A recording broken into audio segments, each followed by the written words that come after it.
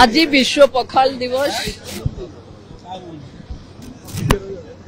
विश्व रे रहिथिबा समस्त ओडिया माने निज पखाल कंसार परिचय विश्व रे देइथिबा कारणरू सेमानंकु कृतज्ञता जणाउछि एवं पखालर वैज्ञानिक तत्व रे आज आम लाइफ स्टाइल को जेभली रोग आक्रांत करिछि पखाल ही ताठू आमको मुक्ति दे पारिबो। तेणु आमे पुणी थरे सेई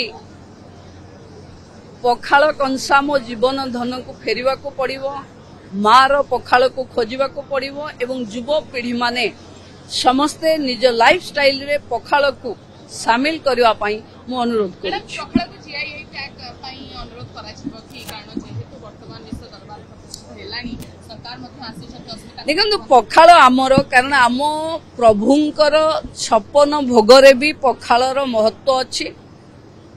समस्ते आमे जाने कि पखाल खाई सारला परे केवल गोटे जिनस दरकार हबो से होची बिछणा, कारण निद आपे आपे आसे।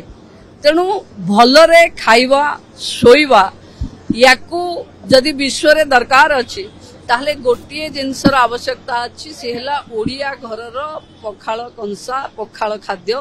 तेणु आमे आपाई प्रमोट करिवारे मु भाबुची एबे पुराना लोकों पाखे तो अच्छी नुआ पीढ़ी पाखे सोशल मीडिया माध्यम रे विश्व भर रे पखाल को आमे आमर एक खाद्य जे विज्ञान सम्मत धार्मिक सांस्कृतिक आम अस्मिता ताको आमे प्रचार कर।